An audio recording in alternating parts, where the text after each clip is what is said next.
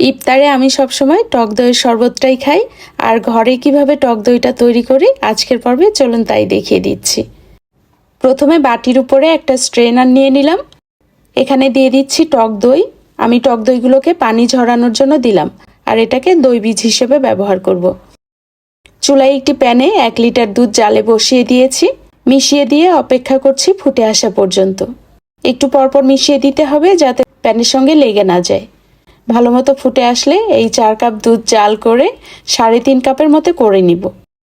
যখন 3.5 কাপের মতো হয়ে গেছে তখন প্যানটাকে চুলা থেকে নামিয়ে নিচ্ছি। নামানোর পরে এভাবে মিশিয়ে নিতে হবে যাতে উপরে সর না পড়ে আর ঠান্ডা হয়ে আসে। এদিকে দই বীজ থেকে পানিটা পুরোপুরি পড়ে গেছে। এখান থেকে 1/3 কাপ টক দই আমি উঠিয়ে নিব। দেখুন কতখানি পানি বের হয়েছে। পানি ঝরানো টক দইগুলোকে একটা বাটির মধ্যে নিয়ে খুব ভালো মতো ফেটিয়ে নিলাম। দেখুন এরকম ক্রিমের মতো হবে। দুধ এখন কুসুম গরম আছে। আঙ্গুল দিয়ে বেশ কিছুটা সময় রাখা যায়, তাহলে বুঝতে হবে ঠিকঠাক হয়েছে। এবার দই বীজের সঙ্গে কিছুটা দুধ মিশিয়ে ভালো মতো ফেটিয়ে নিতে হবে। ফেটানো হয়ে গেলে পুরো মিশ্রণটা দুধের মধ্যে দিয়ে মিশিয়ে নিচ্ছি।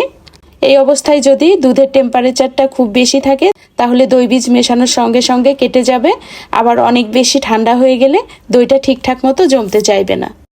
এই দইয়ের মিশ্রণ আপনারা যে কোনো পাত্রেই জমাতে পারবেন। আমি 1 টাইম কাপের মধ্যে নিয়ে নিলাম।